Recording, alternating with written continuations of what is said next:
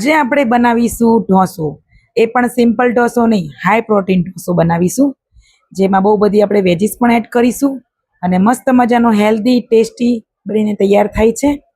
તો તમે જુઓ, બાળકોથી લઈને નાના મોટા બધાને ખૂબ જ પસંદ આવશે અને ટેસ્ટમાં તો બેસ્ટ બને છે.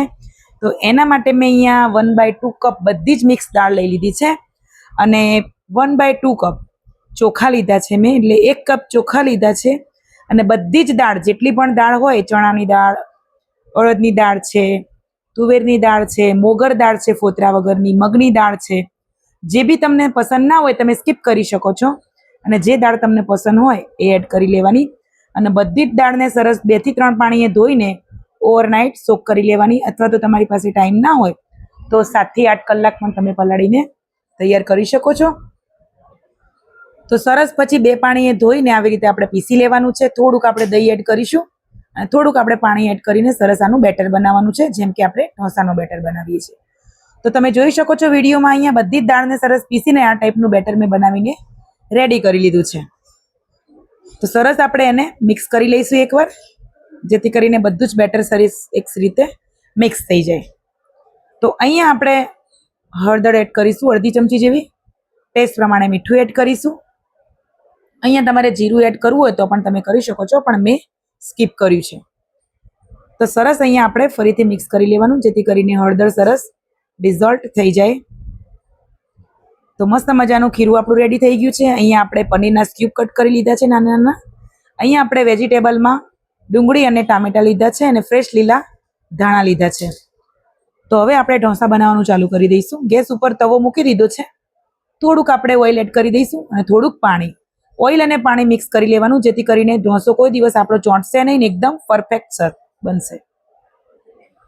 તો અહીંયા સરસ આપણે બેટર એડ કરીશું. તમારે જે પ્રમાણે બનાવવા હોય, નાના મોટા, એ પ્રમાણે બેટર લેવાનું અને સરસ હળવા હાથે આપણે એને ફેલાવવાનું છે. તમારે જાડા ઢોસા બનાવવા હોય તો બહુ નહીં ફેલાવાનું, આ ટાઈપનું રાખવાનું. અને જો પતલા એકદમ ક્રિસ્પી બનાવવા હોય તો થોડુંક જ બેટર લેવાનું છે અને ખૂબ જ ફેલાવાનું છે. થોડુંક આપણે 2 થી 3 ટીપા જેટલું ઓઇલ એડ કરીશું. ડુંગળી એડ કરવાની છે, ટામેટા એડ કરી દઈશું. અહીંયા તમારે કેપ્સિકમનો ઉપયોગ કરવો હોય અથવા તો કોબીઝનો ઉપયોગ કરવો હોય તો પણ તમે કરી શકો છો. પણ ચોમાસાની સિઝનમાં હેલ્થ માટે કેપ્સિકમ, કોબી એ બધું સારું નથી હોતું, જેથી કરીને મેં સ્કીપ કર્યા છે. અને ઓલરેડી ખૂબ જ હેલ્ધી છે, આપણે હાઈ પ્રોટીન બનાવ્યા છે. બધી દાળને મિક્સ કરીને આપણે આ ઢોસા બનાવ્યા છે. તો વેજીસ એડ કરવી હોય તો જ કરવાની, પણ તમે સ્કીપ પણ કરી શકો છો. પણ મેં અહીંયા એકદમ હાઈ પ્રોટીન બનાવ્યા છે, જેથી કરીને મેં પનીર પણ એડ કર્યું છે, વેજીટેબલ્સ એડ કર્યા છે. એમાં આપણને બહુ બધા મિનરલ્સ મળી જશે અને પ્રોટીન પણ મળશે, ફાઈબર મળશે. તો જુઓ, બાળકોને આવી કંઈક ડીશ બનાવીને આપે ને તો બાળકો ખૂબ જ પસંદ કરતા હોય છે અને એકદમ હોંશે હોંશે ખુશીથી ખાઈ જાય છે અને લંચ બોક્સમાં પણ લઈને જાય છે અને ખાઈને પણ જાય છે. જો તમારા બાળકો ના ખાતા હોય તો આ રીતે કંઈક મિક્સ કરીને આપો, જેમને આંખને ગમે તો મનને ચોક્કસથી ગમશે.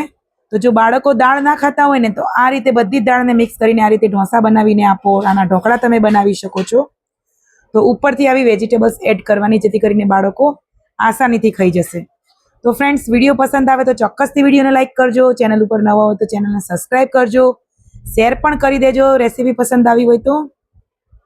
અને બાજુમાં આપેલા બેલ આઇકનને પ્રેસ કરજો, જેથી કરીને રોજ નવા નવા વિડીયોની તમને અપડેટ ઝડપથી મળી શકે. હું રોજ એક નવી રેસીપી તમારી સાથે શેર કરું છું.